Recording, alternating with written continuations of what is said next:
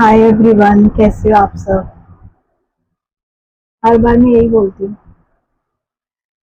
कुछ नया भी होना चाहिए ना। अच्छा, तो मैंने लास्ट पार्ट में आपको ये बताया था कि मेरा रोका कैसे हुआ था, क्या मतलब क्या क्या चीज़ें उसमें हुई थी। ये सब चीज़ें मैंने आपसे डिस्कस की थी आप सबसे। तो जो हमने ना रोके में मिठाइयाँ दी थी ना, ग्रोवर स्वीट्स है, काफ़ी फेमस है इंडिया में, दिल्ली में। तो वहाँ से लाके दी थी। और कुछ हमारे घर पे भी वो मिठाइयाँ आई थी, मतलब हमने ली थी, जो मेरी मम्मी ने, मेरे भाई ने। इन लोगों ने बोला, मिठाई में ना कीड़े चल रहे थे, उल्ली लगी हुई थी मिठाई में, बासी मिठाई थी। हमारे घर पे जो आई है वो भी सेम आई थी। हमने भी अपने घर के लिए एक बॉक्स लिया था। वहाँ की एक बड़ी फेमस मिठाई है, वो हमें बहुत पसंद है, तो वो हमने लिया था। हमारी तो बिल्कुल सही थी। जानबूझ के हम, मतलब हमें नीचा दिखाने के लिए ये चीज़ें की।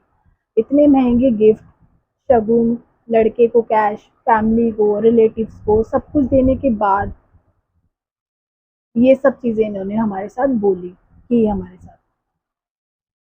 तो अब इस पार्ट में मैं ये बताने आई हूँ कि इनके घर पे विजिट करना था मेरी मदर को। मेरे कुछ रिलेटिव्स और मेरी मदर ने इनके घर पे विजिट किया, इनका घर देखने के लिए। घर बार जो भी लड़के की, जो बिजनेस बताया था लड़के का, वो देखने के लिए गए थे सब। इन लोगों को देखने के लिए गए थे कि ये लोग, मतलब इनके आस पड़ोस में सब कुछ ठीक है नहीं है, सब जो हर कोई देखने जाता है अपनी बेटी के लिए। जैसे ये लोग भी हमारे, मतलब गली में ये लोग भी पूछताछ करके गए थे मेरे लिए। वो हमें बाद में पता चली थी, हमें पता नहीं था, बाद में पता चला था। तो मेरी मम्मी और मेरे कुछ रिलेटिव्स इनके घर पे विजिट करने गए। इनका घर देखा, काम देखा। और इनका घर उस टाइम पे बिल्कुल भी अच्छी कंडीशन में नहीं था। ये मैं क्यों बोल रही हूँ ये भी मैं आपको ज़रूर बताऊंगी, क्योंकि इन लोगों ने बोला है कि मैंने इनके पैसे के लिए शादी की है। मुझे लिविश लग्जरी लाइफ की हैबिट है, मैं लग्जरी लाइफ डिमांड करती थी इनसे। ऐसे ऐसे एलिगेशन मेरे पे लगाए हैं इन्होंने। तो इसलिए ये मैं बता रही हूँ कि जब इनका घर देखने विजिट करने के लिए मेरे रिलेटिव्स और मेरी मदर गए थे, इनका घर बिल्कुल बुरी कंडीशन में था। इवन वाइट वॉश भी अच्छे से नहीं हुआ पड़ा था इनके घर पे उस टाइम पे। ठीक है। तो उसके बाद जो लड़के की शॉप है, जो लड़के का काम है इंजीनियर का, वो देखने के लिए गए। लड़के ने बताया कि, मेरे पति हिमांशु ने बताया कि ये मेरी शॉप है, ये दो शॉप है, इसके अलावा भी हमारी और भी शॉप है, और भी हमारे घर भी हैं यहीं पे आसपास में, और भी 5-6 शॉप है हमारी, ऐसा कुछ 6-7 शॉप है। ये इन्होंने बताया लड़के के पेरेंट्स ने, हिमांशु के पेरेंट्स ने, मेरे सास ससुर ने और हिमांशु ने। और हमारे और भी घर हैं। तो ये सब चीज़ें इन्होंने बताई, अपना काम दिखाया कि मैं अपना विजिटिंग कार्ड जो इन्होंने हमें भेजा था उसके अकॉर्डिंग, कि मैं ये इंजन ऑयल का काम करता हूँ। तो शॉप देखी, सब देखने के बाद इनके घर पे मेरी मम्मी को इनके पेरेंट्स ने बोला, इनकी मम्मी ने और फादर ने, कि आप लड़की को शादी में क्या क्या दोगे। मतलब आप गोल्ड कितना दोगे, इलेक्ट्रिक चीज़ें कितनी दोगे, फर्नीचर में क्या क्या दोगे, कैश कितना दोगे, ठीक है, गोल्ड कितना दोगे, ये सब चीज़ें पूछने लगे। तो मेरी मम्मी को, मेरे जो रिलेटिव जो साथ गए थे, उनको ये चीज़ अच्छी नहीं लगी बिल्कुल भी, जो ये पूछ रहे थे। तो मेरी मम्मी ने बोला, जो हमारे बस में होगा, जो हमें ठीक लगेगा, वो हम लड़की को देंगे, ठीक है। ये बात बोली मेरी मम्मी ने। तो उसके बाद ये चीज़ मुझे पता चली, बार बार वो जोर दे रहे थे हिमांशु और इनके जो पेरेंट्स हैं, मदर फादर हैं, कि आप लड़की को गोल्ड कितना दोगे, गोल्ड में क्या क्या दोगे, और हमारे रिलेटिव्स में, हमें, हम में से, मतलब हम लोगों को क्या क्या गोल्ड में आप लोग दोगे, ये चीज़ें, लड़की को कितना पहनाओगे और हम लोगों को क्या क्या आप गोल्ड में दोगे, इलेक्ट्रिक चीज़ें कितनी दोगे, फर्नीचर क्या क्या दोगे, ये सारी चीज़ें, कैश कितना दोगे, ये पूछने लग गए। तो जब ये बात मेरी नॉलेज में आई, घर पे आने के बाद जब ये चीज़ें मुझे बताई गई तो मैंने हिमांशु जी को, अपने हस्बैंड को कॉल किया कि आपकी तरफ से आप लोगों ने और आपके पेरेंट्स ने मेरी मम्मी को ये बोला है कि हम गोल्ड कितना देंगे, लड़की को गोल्ड कितना दोगे, हमें क्या क्या दोगे, गोल्ड में हमें कितना गोल्ड दोगे, कैश कितना दोगे, फर्नीचर कितना दोगे, इलेक्ट्रिक चीज़ें कितनी दोगे, ये चीज़ें आप लोगों ने बोली हैं।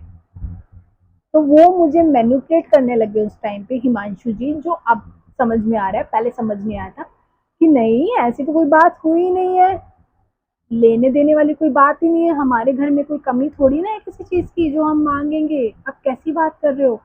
अरे वो आंटी जी को ना समझने में गलती हुई होगी, मिसअंडरस्टैंडिंग होगी होगी, पापा का ना मम्मी का हमारा वो मतलब नहीं था कहने का कि कितना कितना दोगे, क्या क्या दोगे। उन्होंने ही सिर्फ ये पूछा था कि आप लड़की, अपनी लड़की को कितना, क्या मतलब क्या दे रहे हो, क्या नहीं दे रहे हो, वो हमें पता होना चाहिए, हमारी नॉलेज में होना चाहिए। ये बोल के इन्होंने मुझे मैनिपुलेट कर दिया। इधर मैंने भी अपने घर वालों को बोला कि शायद मिसअंडरस्टैंडिंग हुई होगी, आपको लग रहा होगा कि, बट अब समझ में आ रहा है वो चीज़ें सारी सही थी, बिल्कुल सही थी वो चीज़ें। तो भाई ये चीज़ें हुई, मम्मी को पूछा गया इलेक्ट्रिक चीज़ें कितनी दोगे, गोल्ड कितना दोगे, कैश कितना दोगे, फर्नीचर क्या क्या दोगे, कितना दोगे। हमारा और जो जिस फ्लोर में मैं रहती थी, मतलब उसी घर में, सेम घर में, मतलब ग्राउंड फ्लोर पे मेरे सास ससुर रहते हैं, फर्स्ट फ्लोर पे मैं रहती थी अपने पति के साथ, सेकंड फ्लोर पे जो है भाभी और भैया रहते हैं इनके, ठीक है, जो मेरी जेठ जिठानी है अपनी बच्ची के साथ। तो वो फ्लोर जो था ना, जो जिसमें मैं रहती थी, वो मेरे मम्मी को दिखाया इन्होंने कि देखो ये यहाँ पे हिमांशु और आपकी बेटी रहेंगे, ये देखो हमने हिमांशु का जो फ्लोर है ना खाली रखा हुआ है, बिल्कुल एकदम खाली रखा हुआ था। मेरी मम्मी ने ये बताया, थोड़ी अटपटे से ये बात लगी, एकदम खाली छोड़ा हुआ था। और पता है क्या कहते हैं, यहाँ पे ना हिमांशु का सामान आएगा, हिमांशु जो आप अपनी लड़की को दोगे वही सामान आएगा। तो इनडायरेक्टली क्या बोलना चाहते थे ये, कि सामान दोगे आप, देना पड़ेगा क्योंकि फ्लोर खाली है, लड़की नीचे तो सोएगी नहीं ना, लड़की को हर चीज़ की ज़रूरत होगी, कबर्ड की भी, बेड की भी, फ्रिज की भी, जो आज की डेट में मतलब हर चीज़, मेरी गोल्ड भी, वो सब ये लोग यूज़ कर रहे हैं। मेरे को और मेरे बच्चे को तो इन्होंने निकाल दिया, बट मेरा सामान नहीं निकाला इन लोगों ने, सामान मेरा यूज़ कर रहे हैं 3 साल से, पिछले चौथा साल लगा हुआ है, 4 साल हो जाएंगे अक्टूबर में, मेरा सामान यूज़ कर रहे हैं, बट मेरे बच्चे को और मुझे निकाल दिया। ठीक है, तो ये चीज़ें इन्होंने मेरी मम्मी को बोली, मेरी मम्मी को ठीक नहीं लगी, तो मेरी मम्मी ने रिश्ता बोला कि मैं तोड़ रही हूँ, मेरी मम्मी ने बोला मैं तोड़ रही हूँ रिश्ता, हम रिश्ता नहीं करेंगे, आप लोग डिमांड्स कर रहे हो, कल को मेरी बच्ची को परेशान करोगे, इसलिए मैं ये रिश्ता नहीं चाहती। मेरी मम्मी ने ये बोला, ये बात हो गई। उसके बाद इसके जो पेरेंट्स हैं हिमांशु के, मेरे जो पति के,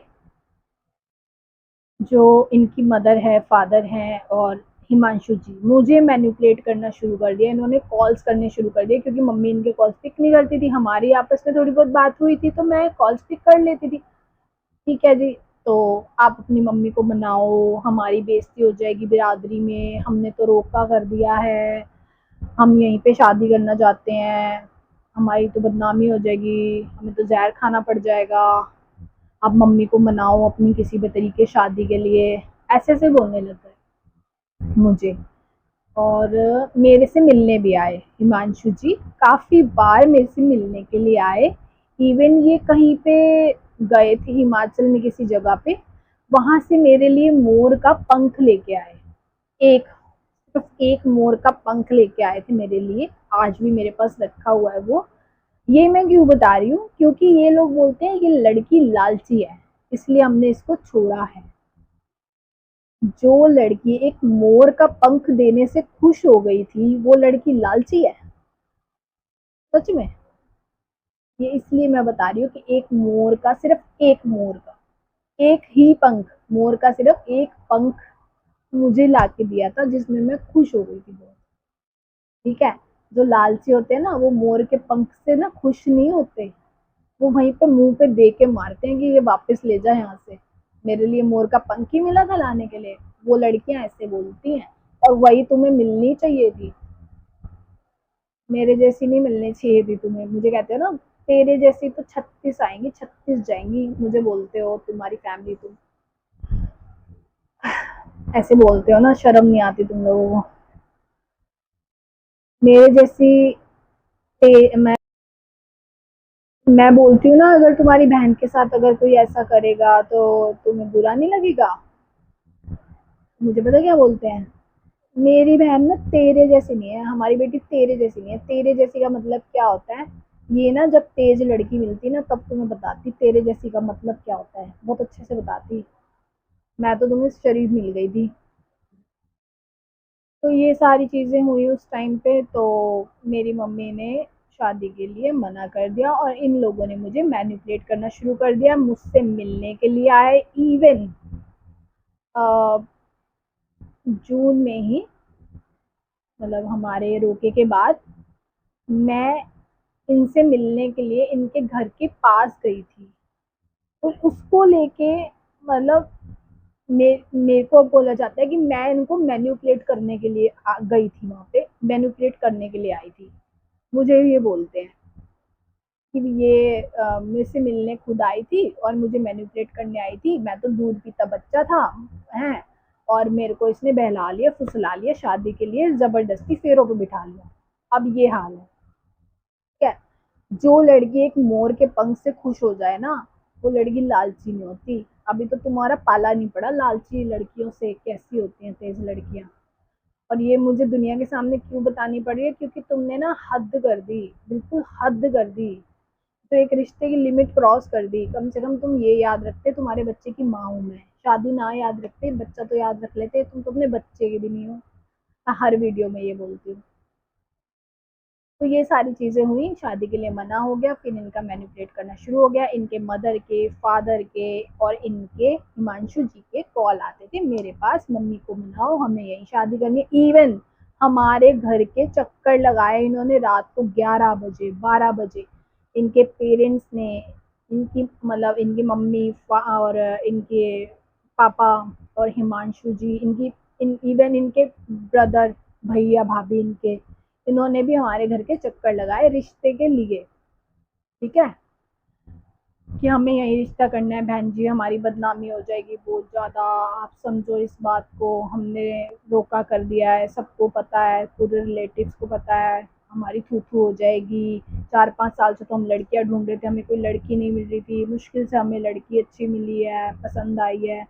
आप प्लीज़ शादी कर दो, मना मत करो, तोड़ो मत रिश्ता। ऐसे ऐसे हमारे घर पे आते थे, खुद हमारे घर पे मनाने के लिए आते थे, मेरी मम्मी को, मुझे। और मुझे कहते हैं, मैं तो सिर्फ एक बार गई हूँ इनके घर के पास इनसे मिलने के लिए, डोमिनोज में। क्या, उसके लिए इन्होंने बोल दिया पूरी दुनिया को, ये तो मुझे मैनिपुलेट करने आई थी, तुम दूध पीते बच्चे थे, मैं तुम्हें मैनिपुलेट करने के लिए आई थी, और मैंने अकेली ने कर भी दिया। अब तो तुम हुए नहीं मैनिपुलेट मेरे से, शादी के बाद तो मैनिपुलेट हुए नहीं तुम मुझसे, बच्चा होने के बाद तो मैनिपुलेट हुए नहीं तुम मुझसे। दिमाग वाली बातें हैं, पूरी दुनिया को समझ आती है क्या हो रहा है क्या नहीं हो रहा। तो ये सब चीज़ें हुई, फिर उन्होंने मैनिपुलेट करना शुरू कर दिया, और ये चीज़ें चलती रही, बार बार मनाना, बार बार मनाने हमारे घर पे आती थी पूरी फैमिली। हिमांशु जी हमारे घर पे मनाने आते थे मेरी मम्मी को, मुझे, मेरे से भी मिलने आते थे पर्सनली, मेरे से भी मिले थे, मैं मिली थी, मैं झूठ भी बोलूँ, मिले थे हम लोग, मिले हम 2-4 बार मिले हैं। तो पब्लिकली मिले हैं हम लोग, ऐसा कुछ नहीं है कि आप लोग कुछ और सोचो, पब्लिकली हम लोग मिले हैं। तो अगर मैं इतनी बुरी थी तो आप मेरे से मिलने क्यों आते थे। मैं तो सिर्फ एक बार आई हूँ आपसे मिलने के लिए, आप तो मेरे पास कितनी बार मुझे मिलने आए थे। मैनिपुलेट फिर किसने किया, तुमने किया मैंने किया।